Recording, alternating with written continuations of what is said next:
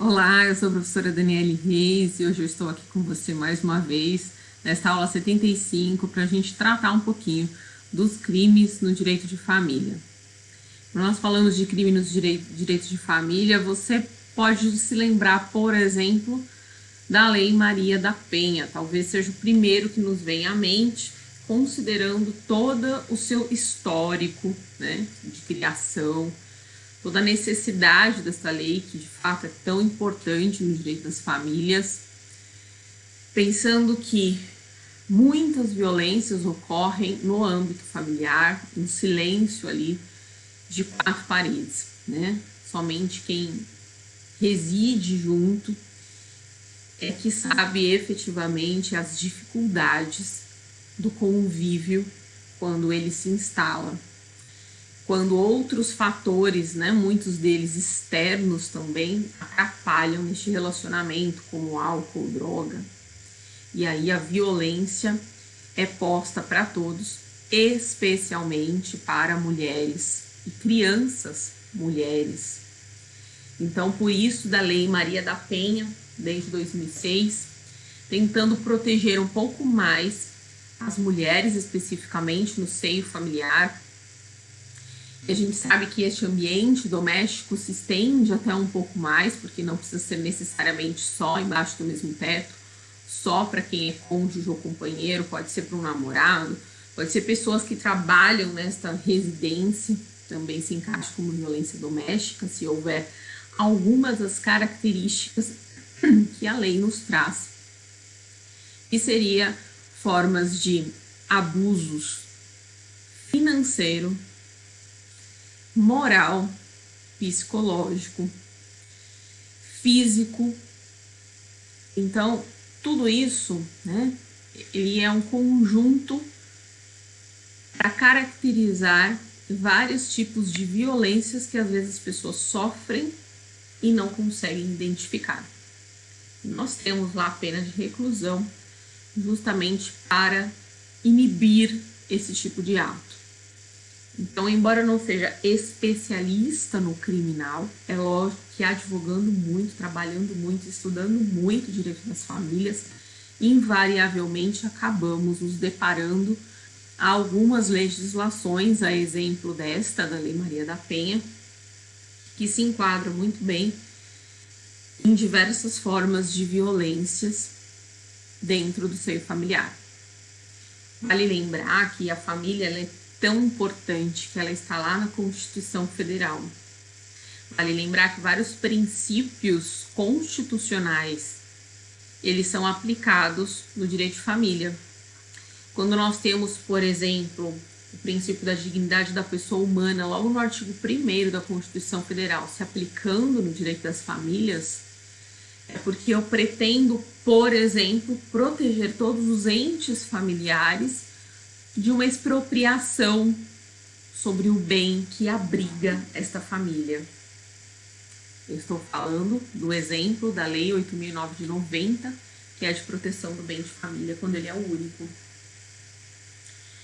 Quando nós falamos da própria Lei Maria da Penha, aí já caminhando para um viés mais criminal efetivamente, nós estamos sim pretendendo proteger os entes familiares, mas mais especificamente as mulheres, por conta de um histórico todo de opressão e de violência. Não que os homens, os meninos, não tenham essa proteção, tem também. O nosso próprio Código Penal, que é uma lei mais geral, vai abarcar essas situações. Como nós estamos falando aí, eu falei de menino, menina, não é só a Maria da Penha, o Código Penal, nós temos o ECA protegendo as crianças. Então, quando nós falamos, por exemplo, de menores em situações de risco, e aí nós vamos lá na lei, vamos no Código Civil propriamente, lá a partir do 1630, onde fala de poder familiar e, consequentemente, da sua eventual suspensão ou destituição, que é muito triste. Quando nós vamos lá na lei da alienação parental, por exemplo, e vemos que, inclusive, quando é constatada a alienação parental, uma das consequências pode ser a perda da guarda, pode ter um impacto, inclusive, aqui neste poder familiar. E a gente tem vários projetos para criminalizar isso. É uma conduta bastante danosa à criança que está em fase de reconhecimento da sua identidade, desenvolvimento da sua personalidade. Quando nós nos voltamos para o Estatuto da Criança e Adolescente, também vemos lá várias proteções nesse sentido. O princípio mesmo do melhor interesse da criança e adolescente, que vai se aplicar aos casos gerais aí, inclusive de violências e abusos que sofram os entes familiares menores de idade. Então, esses são alguns exemplos iniciais, porque quando nós falamos de direito penal e direito às famílias, ou as pessoas falam, não existe isso, direito às famílias, é direito às famílias, é direito civil, ou então a pessoa só pensa na Lei Maria da Penha, e não só. Nós podemos fazer uma interpretação sistemática, ou seja, de todo o ordenamento jurídico, onde, por exemplo, se aplique o não pagamento de alimentos. Aí a gente vai lá no 1694 do Código Civil e seguintes e vê o Instituto dos Alimentos. A gente vai um pouco mais além, indo lá no 1630, falando do poder familiar e o dever de cuidado, que abrange também os alimentos. Antes até disso tudo, a gente pode ir lá na Constituição Federal e revisitar o 226, o 227, que fala o que é família e esses direitos dos entes familiares. O artigo 3º da Constituição Federal, que fala de solidariedade. Podemos ir no ECA e corroborar esses argumentos que tratam sobre o dever de cuidado para os menores. Mas mais ainda, a gente pode chegar lá no Código Penal e verificar o crime de abandono material. Muitas vezes a gente esquece, até porque se a gente está muito focado, por exemplo, só no direito civil, a gente esquece que, a depender da gravidade do caso, nós podemos sim pedir, nem que seja na nossa ação civil, pedir ciência do Ministério Público para investigar se se trata de apuração mais apurada do crime de abandono material, por exemplo. Eu já fiz isso algumas vezes em ações de alimentos, né? Que inclusive estão ocorrendo aí. Eu acho que isso dá uma força maior. O devedor, inclusive, de alimentos, ele vai ficar um pouco mais perto, porque ele dificilmente ouviu falar já do crime de abandono familiar, alimentar, material. Perfeito? Então, estes são alguns dos primeiros apontamentos que nós precisamos fazer, mas não só. Então, lá na parte especial do Código Penal, a partir do artigo 235 do Código Penal, nós temos uma série de proteções aos entes familiares, né? Então, nós temos, por exemplo, os crimes contra a família, um título específico, é o título 7 da parte especial do Código Penal, e aí ele vem dividido em 4 capítulos. Os crimes contra o casamento, dos artigos 235 a 239, os crimes contra o estado de filiação, dos artigos 241 a 243, os crimes contra a assistência familiar, aí o 244 a 247, e os crimes contra o pátrio e o poder, tutela e curatela, 248 e 249. Então, são poucos artigos, mas extremamente relevantes para verificarmos esta consagração, mesmo, vamos assim dizer, do princípio familiar, de afeto, de proteção, que está previsto no 226 da Constituição Federal. No 226 da Constituição Federal, nós temos que a família, base da sociedade, tem especial proteção do Estado. Quando a gente vem detalhando os princípios, as características do direito das famílias, um destes princípios nos chama a atenção, que é a não intervenção do Estado ou intervenção mínima. E a exceção de intervenção do Estado, óbvio, absolutamente necessária, são nesses casos onde a gente tem tipos penais, né? Então, é a famosa, estávamos falando da Lei Maria da Penha, que é a primeira que nos vem em mente, e é muito comum, né, a gente falar, não sei, talvez você tenha crescido como eu ouvindo, em briga de marido e mulher não se mete colher. E eu cresci próxima de familiares que tinham esse tipo de agressão, mas que nós não podíamos intervir, porque tinha esse ditado, né? Em briga de marido e mulher não se mete colher. E hoje nós aprendemos e estamos noutra geração que entende e tem que entender mesmo, e nós mudarmos essa nossa mentalidade de que nós temos o dever de meter a colher, sim. Ah, mas depois amanhã já estão de beijo e abraço. Não importa, só que você pode salvar uma vida naquele momento. Então, isso é dever também dos cidadãos, né? Mas o Estado, ele tem o dever tanto de criar leis, mecanismos de proteção, políticas públicas para intervenção, não ocorrência, para cura, enfim, né? Como nós vemos aí de diversas formas acontecendo. O parágrafo 3º desse artigo 226 fala assim: para efeitos de proteção do Estado, é reconhecida a união estável entre o homem e a mulher, comunidade familiar, devendo a lei facilitar sua conversão em casamento. Nós sabemos que este artigo específico, ele sofreu uma alteração em 2011, maio de 2011, abarcando não só a proteção entre homem e mulher para a união estável, mas também para casais homoafetivos, né? O parágrafo 4º fala: se estende o conceito de família, entende-se também como entidade familiar, a comunidade formada por qualquer dos pais e seus descendentes. Quando a gente fala nesse parágrafo 4º, a gente está falando da família monoparental. Aquela família onde, por exemplo, o pai foi embora, a mãe morreu, e só tem um deles e os filhos. É a família monoparental. Parágrafo 5º.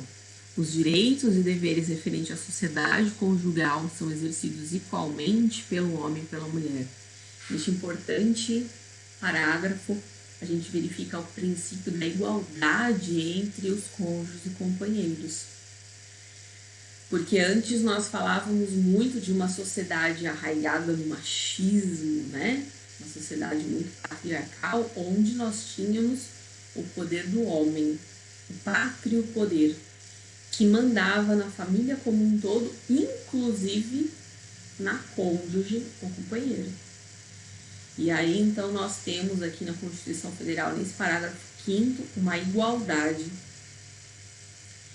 que tem diversos desmembramentos, tanto no casamento, quanto na união estável, quanto na criação dos filhos. E, consequentemente, precisamos de leis penais que protejam estas mulheres quando ainda são submetidas, oprimidas por parceiros que não entendem a evolução, a mudança da lei, né? O título 7 que eu estou comentando do Código Penal, então, ele fala sobre os crimes contra a família. E assim, né? A família é tutelada, o direito penal. Casamento também tem que ser protegido pelo direito penal, né? E aí, então, neste título, a gente vê aí a previsão dos delitos que atentam contra a organização familiar, e eles são divididos em 4 capítulos, como eu já comentei com vocês inicialmente. O primeiro deles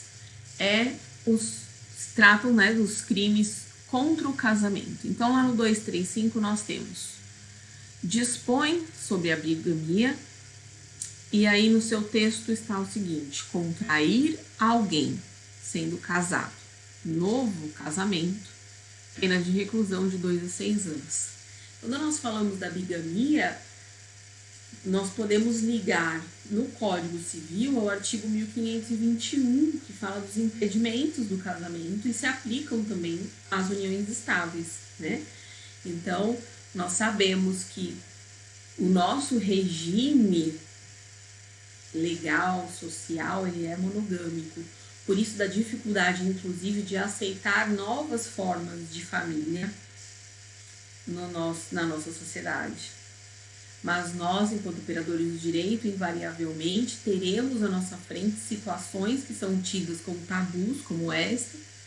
Você pode ter que defender o direito ou judicar para um trisal, para uma família poliafetiva. E aí você tem que pensar fora dos seus conceitos pessoais, religiosos, e imaginar aqui todo esse arcabouço jurídico protetivo à dignidade desses cidadãos e fazer a melhor defesa, julgar da melhor forma. Então, a primeira coisa que a gente pensa é justamente neste princípio da monogamia lá no 1521. Muitas vezes esquecemos que ele tem uma relação também no penal de tão forte que essa moral ela é, aqui no artigo 235, né? Rogério Greco, que é um importante estudioso, né? Penalista, ele fala: uma vez adotada pelo Estado a monogamia, torna-se impossível que alguém, desprezando as determinações legais e sociais, contraia um segundo matrimônio. A conduta afeta de tal modo a paz social que o legislador entendeu por bem tipificá-la, criando o delito da bigamia. Vamos combinar que isso vai muito contra, né, a evolução social. Como eu disse, goste ou não, esteja dentro dos seus princípios pessoais ou religiosos ou não. Então, a tendência desse artigo, muito provavelmente, assim como o de adultério, né, que existia, é de ser revogado tão logo aí, né? É que a questão é muito mais ampla, tanto que a STF já foi interpelado nessas questões num julgado recente de famílias simultâneas e praticamente lavou as mãos, né? Mas logo mais esse assunto volta à tona, não tenho dúvida. Não tenho dúvida, porque é a sociedade, na verdade, que faz as regras. Nós sabemos disso, né? Bom, seguindo um pouco mais, a gente tem crime contra assistência familiar, né? Então, quando a gente fala de assistência familiar, a gente tem, por exemplo, o direito à educação. E lá na Constituição Federal, no 205 e 229, e várias outras legislações infraconstitucionais, como a Lei de Diretrizes e Bases da Educação, enfim, nós vemos o dever do Estado e dos responsáveis pelos menores de promover essa educação, né? Então, quando nós falamos dessa assistência familiar, nós estamos também falando de dever de educação. Mas não só isso, quando nós falamos de assistência familiar, nós estamos falando também desse abandono material. O crime de abandono material, ele está previsto lá no 244 do Código Penal, e ele é um tipo que é chamado no direito penal de unissubjetivo, porque ele tem como sujeitos ativo o cônjuge ou companheiro, como passivo menor de 18 anos ou inapto para o trabalho. Esta é a noção deste tipo, né? Também pode ser um ascendente inválido, maior de 60 anos ou gravemente enfermos. Então, o crime de abandono material, ele está muito presente neste dever de cuidado, seja dos responsáveis para com os menores, seja dos responsáveis para com os maiores que necessitem de assistência, seja dessa assistência específica de educação, seja de assistência moral, seja de assistência material para os alimentos, por exemplo, que é o tipo específico aqui de abandono material. Perfeito? Eu vou fazer uma pausa aqui, nós voltamos no próximo bloco falando um pouco mais desses crimes e aprofundando um pouco mais neste daqui, que talvez seja um dos mais importantes dentro do Código Penal. Até já!